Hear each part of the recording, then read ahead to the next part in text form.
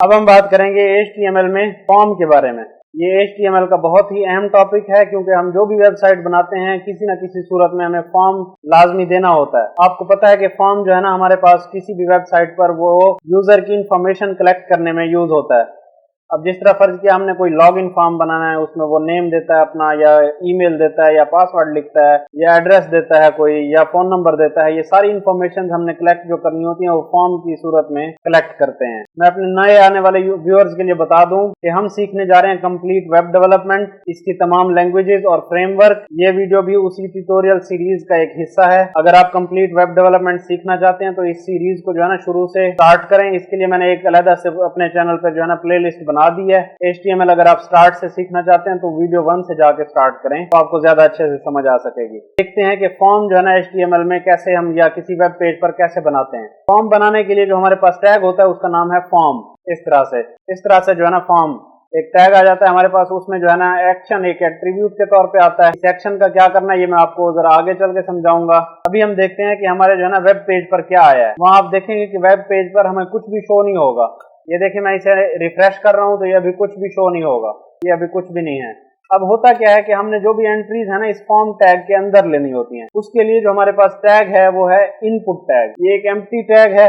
अब आपने जो भी इंफॉर्मेशन इकट्ठी करनी है वो इस तरह से इनपुट एक टैग लेते जाना है आपने, और उसके अंदर जो है ना टाइप चेंज करते जाना है। फर्ज किया कि मैंने किसी का नेम लेना है तो उस सूरत में मुझे इसकी टाइप जो है ना टेक्स्ट रखनी पड़ेगी। फर्ज किया मैं कहता हूं कि मैंने नेम जो है ना अपने यूजर से उसका नेम पूछना है, तो मैं क्या करूंगा, इधर नेम लिख देता हूं। मैंने नेम लिख दिया इधर। अब अगर आप अपने वेब पेज पर देखें तो हमें जो है ना इस तरह से शो होगा ये नेम। अब इधर जो है ना फर्ज किया कोई यूजर जो है ना वो अपना नाम लिखता है तो इसे वो टेक्स्ट की सूरत में वो एंटर कर सकता है। अब जैसे मेरा नाम है फुरकान, अब ये मैंने जो है ना नाम लिख दिया अपना। कोई भी यूजर इस तरह से इस एरिया में टेक्स्ट जो है ना लिख सकता है। अब जो भी हमने फर्ज किया अपने यूजर से इनपुट लेनी है, जो भी इंफॉर्मेशन लेनी है, इस तरह से हम अपने फॉर्म टैग के अंदर जो है ना इनपुट टैग लेते जाएंगे और इंफॉर्मेशन जो है ना उधर कलेक्ट कराते जाएंगे। इसी तरह से अगर फर्ज किया कि आपने ईमेल लिखवाना है अपने यूजर से, ईमेल लेना है अपने यूजर का, तो उस सूरत में मैं क्या करता हूँ, यहाँ पर मैं लिख देता हूँ ईमेल, और इसी तरह से इनपुट टैग ले लेता हूँ मैं। ये मैंने इनपुट टैग ले लिया। अब इधर जो है ना मैं ईमेल या पासवर्ड लिखता हूँ मैं इधर ना, क्योंकि ईमेल भी एक तरह का जो है ना टेक्स्ट की सूरत में वहां शो होगा तो आप जो है ना डिफरेंस फील नहीं कर सकेंगे। तो मैं इधर क्या करता हूँ, मैं इधर जो है ना इनपुट जो है ना पासवर्ड लिखता हूँ, इनपुट की टाइप जो है ना पासवर्ड लिखता हूँ। अब अगर आप उधर आए अपने वेब पेज पे तो वो उधर जो है ना ऐसे शो होगा।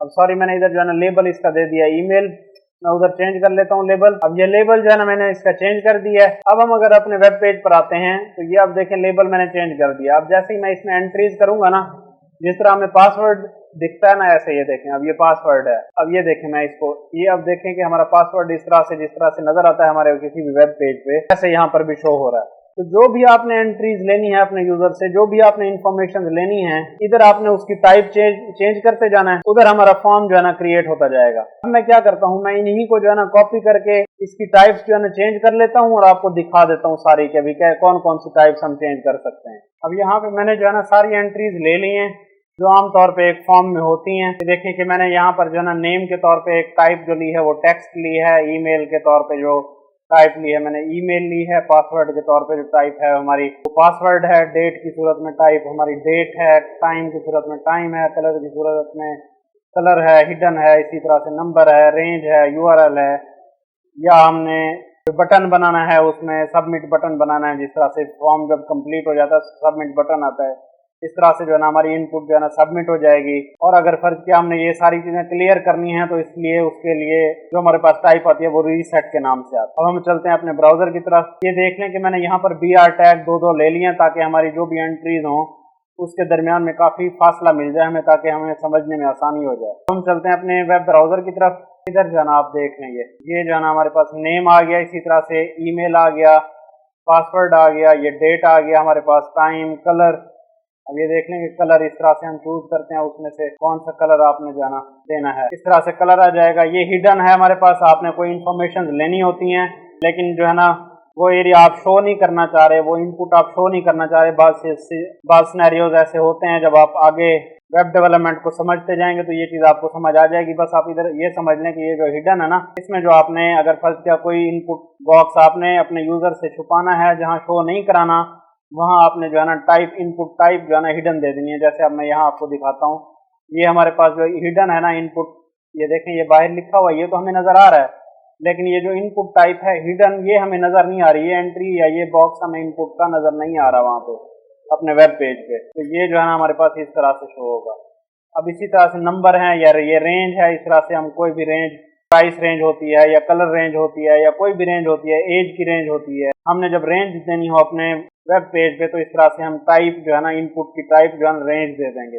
रेंज में ना मैं आपको ये बता देता हूँ कि हमें दो एट्रीब्यूट और भी लेने होते हैं, मिन और मैक्स के नाम से होते हैं। या रेंज की लोअर वैल्यू क्या होगी और मैक्सिमम वैल्यू क्या होगी, अपर वैल्यू क्या होगी और लोअर वैल्यू क्या होगी। उसके लिए हम रेंज जब हमने इनपुट लेनी हो तो उसके लिए हम मिन और मैक्स एट्रीब्यूट भी लेते हैं। ये दिखा देता हूँ मैं आपको। यहाँ पर हमारे पास एक रेंज है, इसके लिए हमने वैल्यू लेनी है। फर्ज किया हमारी मिनिमम वैल्यू है 10, एट्रीब्यूट देते हैं पहले, मिन के नाम से हमारे पास एट्रीब्यूट आता है। इसकी अब फर्ज किया हमारे पास मिनिमम वैल्यू है 10 से शुरू होती है और हमारे पास मैक्सिमम जो है ना ये वैल्यू 100 तक जाती है। फर्ज किया कोई भी हम रेंज देना चाह रहे हैं तो उस सूरत में जो अपर रेंज होती है उसको हम मैक्स की सूरत में लिखते हैं और फर्ज किया हमारे पास अपर जो रेंज है वो 100 है। इस तरह से जो है ना हमने जहां इनपुट रेंज लेनी है उसकी रेंज लाजमी बतानी है मिन और मैक्स एट्रीब्यूट लेके। ये आप देख लें इस तरह से जो हमारी मिनिमम वैल्यू होगी, अब फर्ज किया ये यहाँ पर है तो ये 10 को शो कर रहा है और अगर फर्ज किया कि ये यहाँ पर है तो ये 100 को शो कर रहा है।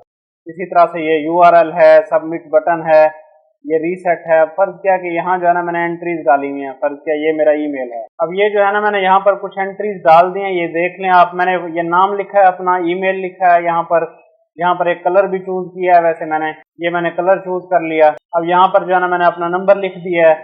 अब जैसे ही मैं ये रीसेट पर क्लिक करूंगा ना तो ये सारी चीजें जो है ना मेरी एंट्रीज डिफॉल्ट पोजिशन में यानी एम्प्टी स्टेट में आ जाएंगी। तो ये इस तरह से जो है ना हमारे पास रीसेट बटन भी फंक्शन करता है। ये देखें ये ब्लैक वापसी ब्लैक हो गया कलर और इधर से भी जो मैंने एंट्रीज की थी वो चली गई है। इस तरह से जो है ना रीसेट बटन भी हम बना सकते हैं। अब इसमें आपने दो चीजें और समझनी है। वो इस वक्त जो है ना फ्रंट एंड डेवलपर के तौर पे अहम तो नहीं है, लेकिन अब फॉर्म हम समझ ही रहे हैं तो वो चीजें दो आप याद रख लें बस। जब आप बैक एंड पे काम करना शुरू करेंगे तो तब आपको ये चीजें समझ आएंगी। अब वो है ये फॉर्म का एट्रीब्यूट है ना, ये एक्शन, ये जो हम सबमिट बटन प्रेस करेंगे। अब इस एक्शन का फंक्शन क्या होता है, जब हम अपनी इन्फोज कंप्लीट कर लेंगे और सबमिट बटन प्रेस करेंगे, इसके लिए हम वेब पेज पर आ जाते हैं।